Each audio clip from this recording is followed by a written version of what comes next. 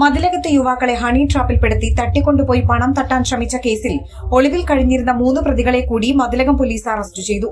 കയ്പമംഗലം കൂരിക്കുഴി സ്വദേശി തിണ്ടിക്കൽ 27 വയസ്സുള്ള ഹസീബ്, പെരിഞ്ഞനം പള്ളിവളവ് സ്വദേശി തേരുപറമ്പിൽ 23 വയസ്സുള്ള പ്രിൻസ്, കണ്ടശാംകടവ് കാരമുക്ക് സ്വദേശി ഒളാട്ട് വീട്ടിൽ 25 വയസ്സുള്ള ബിനു എന്നിവരെയാണ് അറസ്റ്റ് ചെയ്തത്. പ്രതികളെ പോലീസ് ബാംഗ്ലൂരിൽ നിന്നുമാണ് സാഹസികമായി പിടികൂടിയത്. തൃശൂർ പൂങ്കുന്നം സ്വദേശിയായ യുവാവിനെയും ഇയാളുടെ സുഹൃത്തിനെയുമാണ് തട്ടിക്കൊണ്ടുപോയി പണം തട്ടിയെടുക്കാൻ ശ്രമിച്ചത്. ഒക്ടോബർ 8-നായിരുന്നു കേസിനാസ്പദമായ സംഭവം.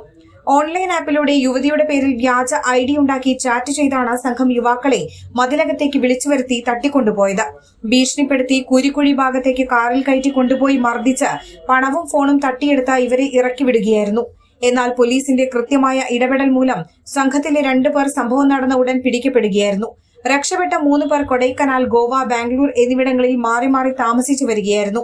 അറസ്റ്റിലായ ഹസീബിന് മതിലകം, കയ്പമംഗലം, വലപ്പാട്, കാളിയാർ എന്നീ സ്റ്റേഷനുകളിലായി 15ഓളം കേസുകൾ നിലവിലുണ്ട്. പ്രിൻസിന് കാട്ടൂർ, പുത്തൻകുരിശ് എന്നിവിടങ്ങളിലായി 2ഉം ബിനുവിന് വാടാനപ്പള്ളി, വലപ്പാട് സ്റ്റേഷനുകളിലായി 3ഉം കേസുകളുണ്ട്. പ്രതികളെ കോടതിയിൽ ഹാജരാക്കി.